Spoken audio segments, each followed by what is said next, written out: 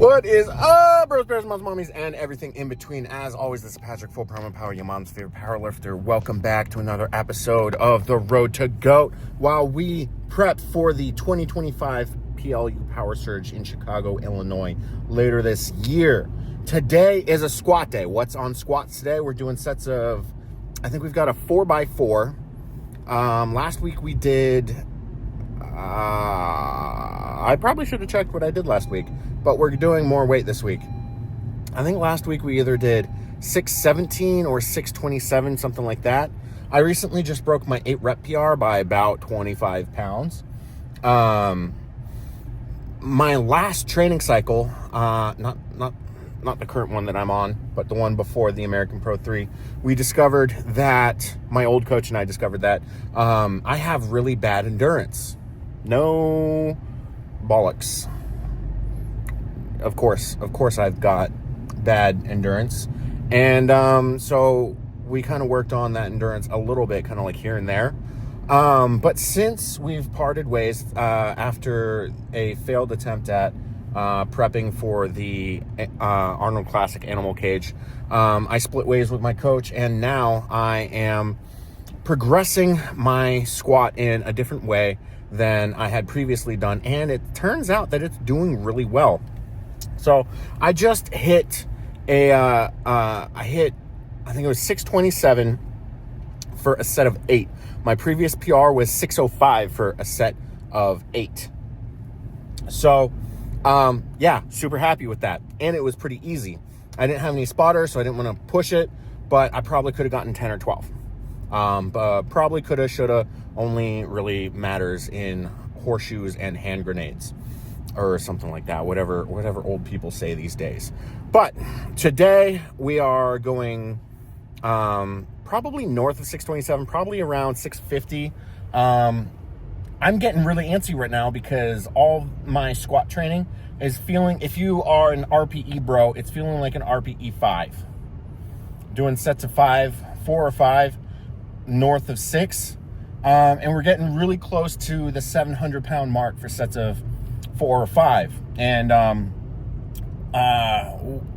one of the previous blocks in this current training cycle, before I took, I recently stopped squatting in squat shoes and I'm squatting barefoot. There's a trade-off. So I squat barefoot. I used to squat in heels. Heels are what you use if you're like me and you have had a history of depth issues. I've never bombed a meet on depth, knock on wood, but at the American Pro 1, I went 1 for 3 on squats and got my squat opener on my 3rd attempt, and I felt like I had to go super deep. And my coach at the time wasn't holding me accountable, so that's why I left that coach and moved on.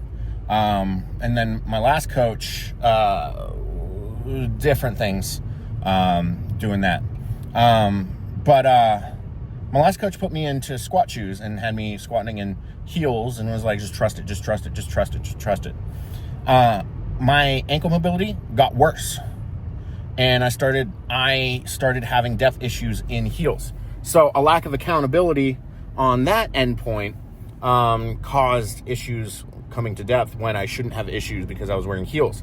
I was like, I have to work on ankle mobility anyways. Let's just ditch the heels, because when you put on squat shoes, you sacrifice a little bit of power in order to have that increased range of motion and hit depth easier.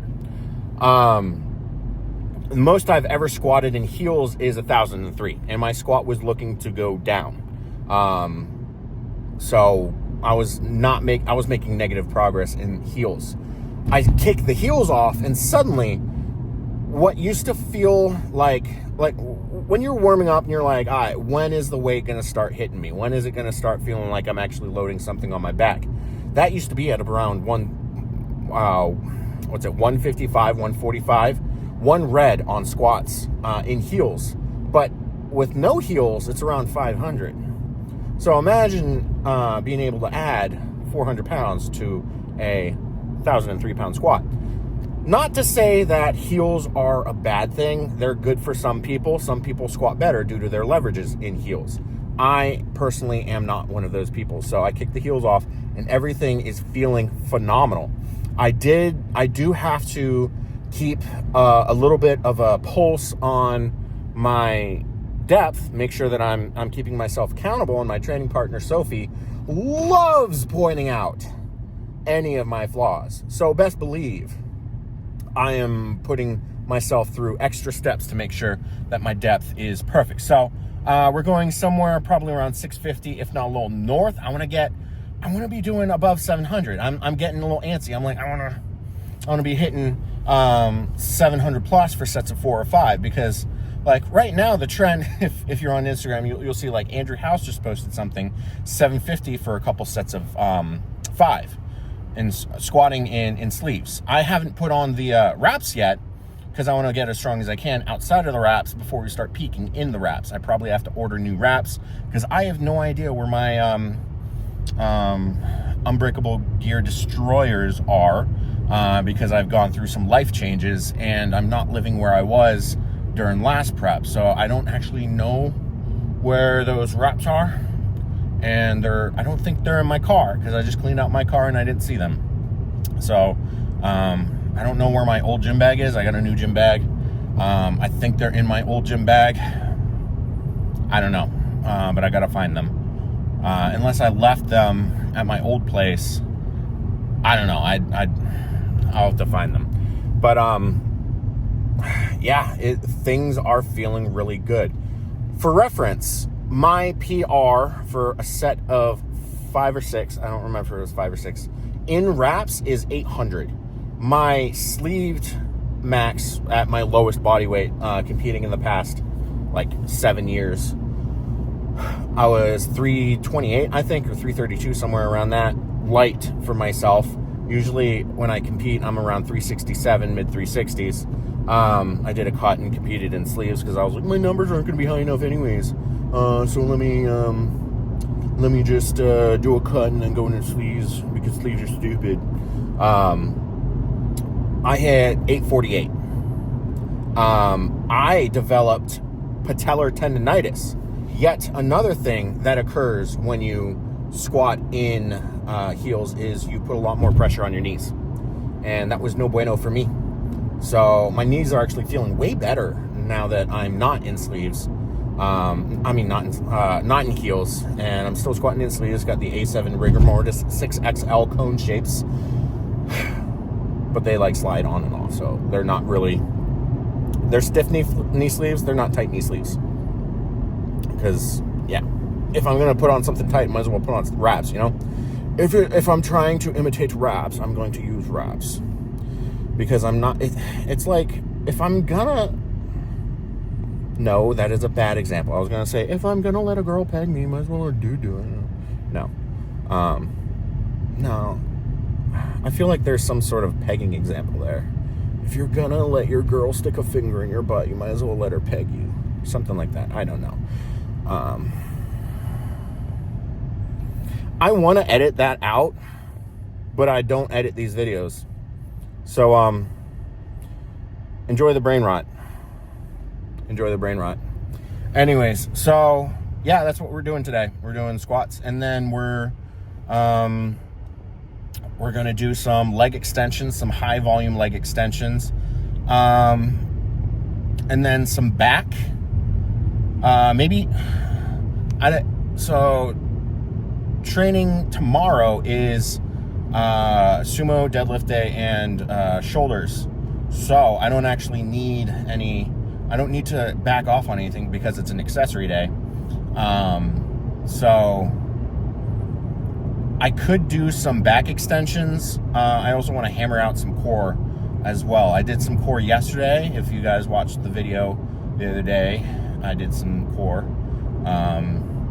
I think I'll just do some obliques, do some side bends. You don't want to follow up doing regular core with doing regular core the next day. You want to do core obliques, core obliques, core obliques. They're both core muscles. They're both stabilizer muscles. But just to give your core a recovery time, you want to kind of switch it on and off. Training every other day on your core is going to give you a little better results than training every single day on your core. The only muscle group that you can train every single day is your legs. So if you just throw in calves at the end of every single workout, you'll grow some calves, and it's going to be almost zero effort because you're in the gym anyways. Might as well do like 2 or 3 sets of calf raises, sets of 12 with some weight, not like barbell weight, but like just grab a dumbbell, do some single leg calf raises, and just grow graduate your calves into cows.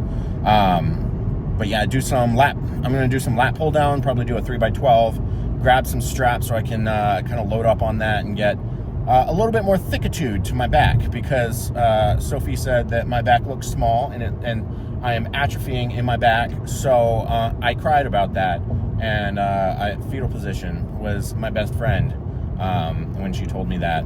She also told me that my legs are small because they're only a little bit bigger than her legs.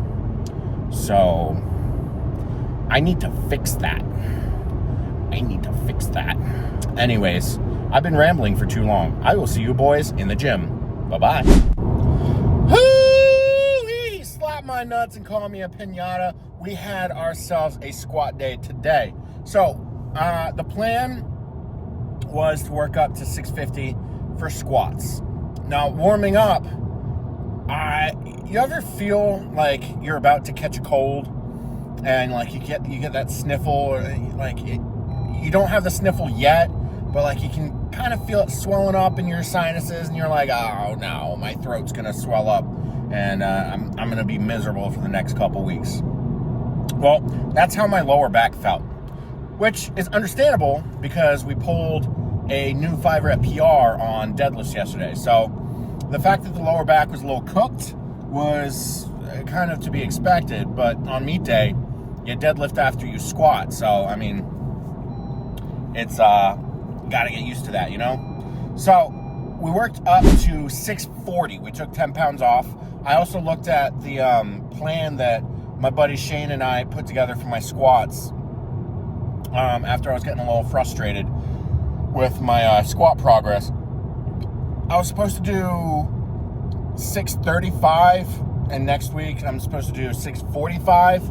Split the difference, did 645, or not 645, but 640, 639 point whatever, rounds up to 640 because we're in America.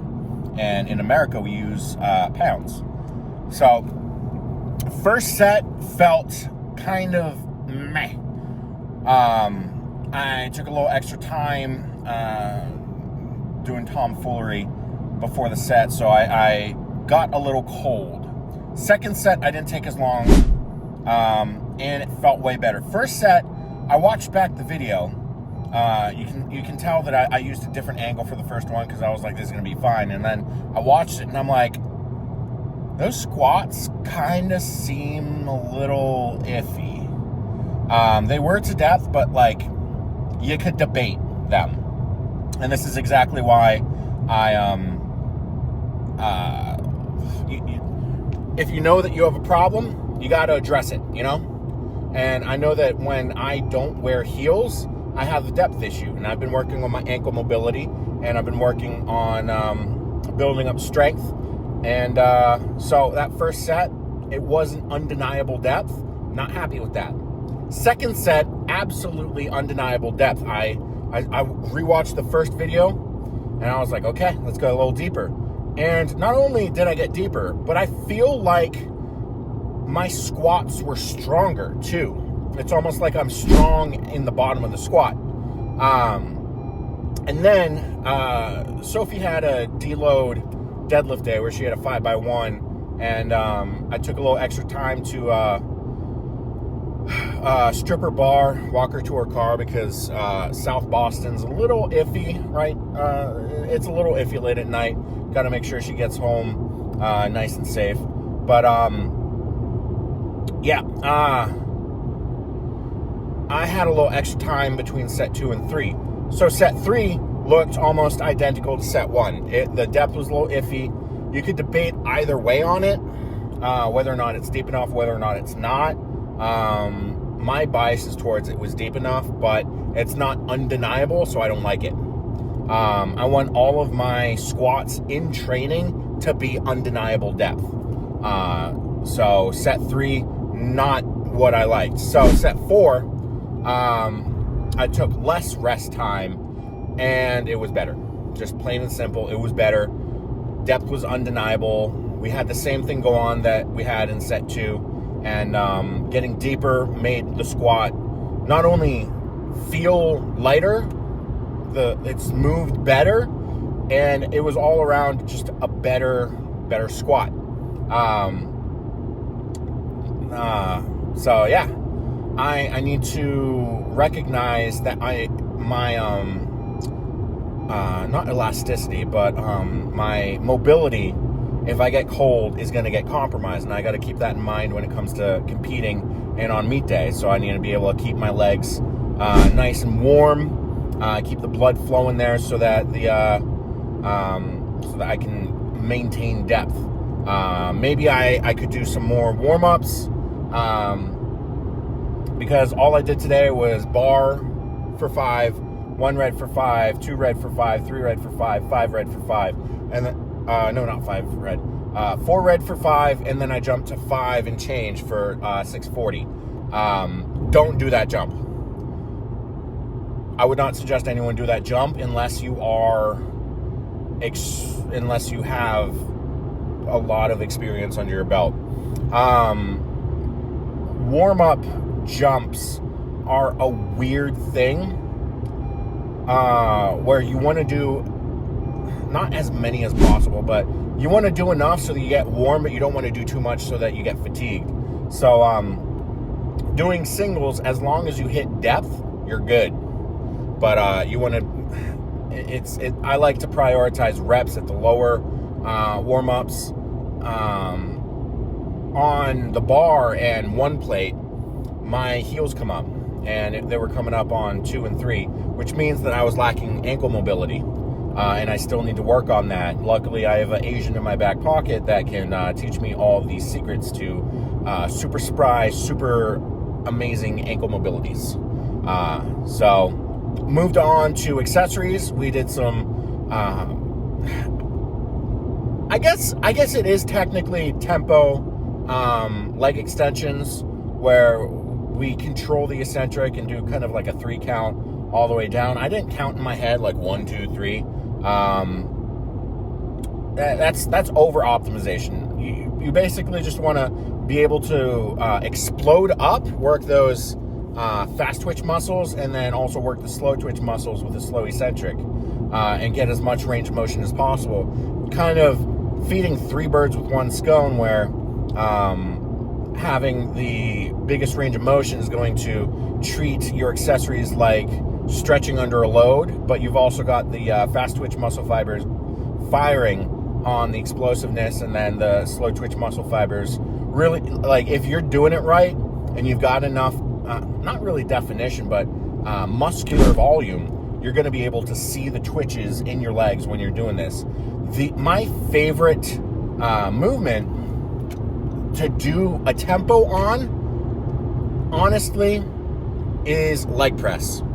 And you don't need a lot of weight to it. Everyone can leg press 1,000 pounds. It's not impressive. No matter how many times you tell the girls at the bars that, oh, I leg press 800 pounds. A grandmother can leg press 1,000 pounds. You're actually small and weak for only leg pressing 800 pounds. I leg pressed 1,000 pounds for 42 before I squatted over 750. So, like, nobody cares. Leg press is like this Wild West where rules don't exactly exist. And you really got to keep yourself accountable. It is a wonderful, wonderful movement if you do it right. If you don't, you're a piece of shit. And you should stop using it. The best knee stretch in the world is leg press. Second best would be lunges. And ever since I took off the heels, I haven't had to stretch my knees out. I haven't had to do lunges. I might want to, just for knee health, but it hasn't been a need. Whereas when I was in heels, it was a need to do it every single squat session to kind of cool off the knees. But we moved on to lat pull downs. Just standard lat pull downs. I steal Sophie's wrist straps, so she left and didn't leave her wrist straps, even though most of the time she leaves her gym bag in my car. So I couldn't steal her wrist straps. So we actually worked a little bit of grip strength too today, but not entirely. Like when I do back accessories, I don't wrap my thumb around whatever implement I'm using. I make sure that the thumb is not incorporated because that pulls in too much bicep. And if you don't use straps and you don't have the thumb, you also work your crusher fingers and build up pretty good grip strength that way. But that being said, you don't want to limit your back gains based on the strength of your grip. You don't want your forearms to limit your back. Anyways, my phone filling up on storage cut me off there. We did lat pull down. We did some ascending sets, 3x12 lat pull down, trying to control that eccentric, super fancy camera angle there. And then we finished off with some side bends. And there's a scythe in the gym, and I thought about swinging it around, but there were other people around. So the TISM did not win today. But we did a 2x25 per side of the side bends with a 45-pound plate. We can sub those out for dumbbells next time, depending on how taxed our core is. But pretty good training day. I'm proud with how things went. All that's left to do today is to have a good sleep. You guys like, comment, subscribe, and share it with someone who you feel like would appreciate a video like this. Anyways, Patty out.